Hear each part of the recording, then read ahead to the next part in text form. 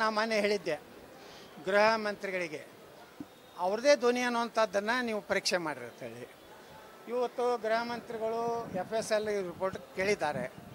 ಅದು ಬಂತಂದರೆ ಇವತ್ತೇನು ಆಘಾತಕಾರಿಯಾದಂಥ ಅನೇಕ ಅವರ ಬಗ್ಗೆ ಆರೋಪಗಳೇನು ಬರ್ತಾ ಇವೆ, ಇದು ತನಿಖೆ ಆಗಬೇಕು. ಯಾವುದೇ ಜನಾಂಗಕ್ಕೆ ನಾವು ಬೈಯೋದಲ್ಲ.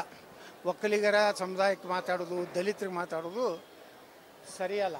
ಒಂದು ವೇಳೆ ಅವ್ರದ್ದೇ ಧ್ವನಿ ಇತ್ತಂದರೆ ಸರ್ಕಾರ ನಿಪಕ್ಷಪಾತವಾಗಿ ನಾವೆಲ್ಲ ಬೆಂಬಲ ಕೊಡ್ತೀವಿ, ಸಪೋರ್ಟ್ ಕೊಡ್ತೀವಿ. ಯಾಕಂದರೆ ಯಾವುದೇ ಇವತ್ತು ಒಕ್ಕಲಿಗರ ಸಮಾಜಕ್ಕೆ ಅದನ್ನೆಲ್ಲ ನಾನು ನೋಡಿದ್ದೀನಿ, ಆದರೆ ಅದು ಒಳ್ಳೆಯದಲ್ಲ.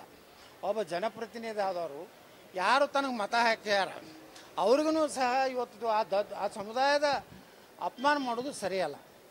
ಇವ್ರದೇ ಧ್ವನಿ ಅನ್ನೋಂಥದ್ದು ಪ್ರೂಫ್ ಆದರೆ ಸರ್ಕಾರ ನಿರ್ಬೇಡೆಯಿಂದ ಕ್ರಮ ತಗೊಂಡು. ಇದು ಭಾಳಷ್ಟು ಅಕ್ಷಮ್ಯ ಅಪರಾಧ. ಇದ್ರಾಗೇನು ನಾವೇನು ಸಿಂಪತಿ ಇಲ್ಲ, ಬೆಂಬಲ ಇಲ್ಲ, ಇದು ಎಲ್ಲ ತಪ್ಪೇ. ಆದರೆ ಅದು ಪ್ರೂಫ್ ಆಗಬೇಕು. ಮಾಡಿದರೆ 100ಕ್ಕೆ 100 ತಪ್ಪು. ಅಂಥವ್ರಿಗೆ ಏನು ಕಾನೂನಿನಲ್ಲಿ ಅವಕಾಶ ಇದೆ ಎಲ್ಲ ಶಿಕ್ಷೆಗಳಾಗಬೇಕು. ಆದರೆ ಅದನ್ನು ಮೊದಲು ಪ್ರೂಫ್ ಮಾಡೋವಂಥದ್ದು ಈಗ ಗೃಹ ಮಂತ್ರಿಗಳು ಅವ್ರ ಧ್ವನಿ ಇದನ್ನು ಟೆಸ್ಟಿಗೆ ಕೊಟ್ಟಿದ್ದಾರೆ. ಅದು ಬಂದ ಮೇಲೆ ಅವ್ರದ್ದೇ ಧ್ವನಿ. ಯಾಕಂದ್ರೆ ನನಗೆ ವಿಶ್ವಾಸ ಇದೆ FSL ಮ್ಯಾಗ. ಹಿಂದೆ ನೀವೆಲ್ಲ ಮಾಧ್ಯಮದವರು ಪಾಕಿಸ್ತಾನ ಬರೋದು ವಿಧಾನಸೌಧದಲ್ಲಿ ಘೋಷಣೆ ಹೋಗಿದಾಗ ಇಡೀ ಕರ್ನಾಟಕದ ಎಲ್ಲ ಮಾಧ್ಯಮಗಳು ಅವ ಪಾಕಿಸ್ತಾನ ಪರ ಘೋಷಣೆ ಕೊಟ್ಟಾನಂತ ನೀವೆಲ್ಲರೂ ಹೇಳಿದ್ರು ಸಹಿತ ಇದೇ ಪ್ರಿಯಾಂಕಾ ಖರ್ಗೆ, ಇದೇ ಗೃಹ ಮಂತ್ರಿ, ಇದೇ CM ಅದು ಅಂದಿಲ್ಲ ಅಂದರು. ಆದರೆ ಕೊನೆಗೆ ಜಯಗಳಿಸಿದ್ದು ಕರ್ನಾಟಕದ ಮಾಧ್ಯಮಗಳು. ಅವರ ಒಂದು ಇದು ಅವನದೇ ಧ್ವನಿ ಅನ್ನೋಂಥ ಪ್ರೂಫ್ ಆಯಿತು.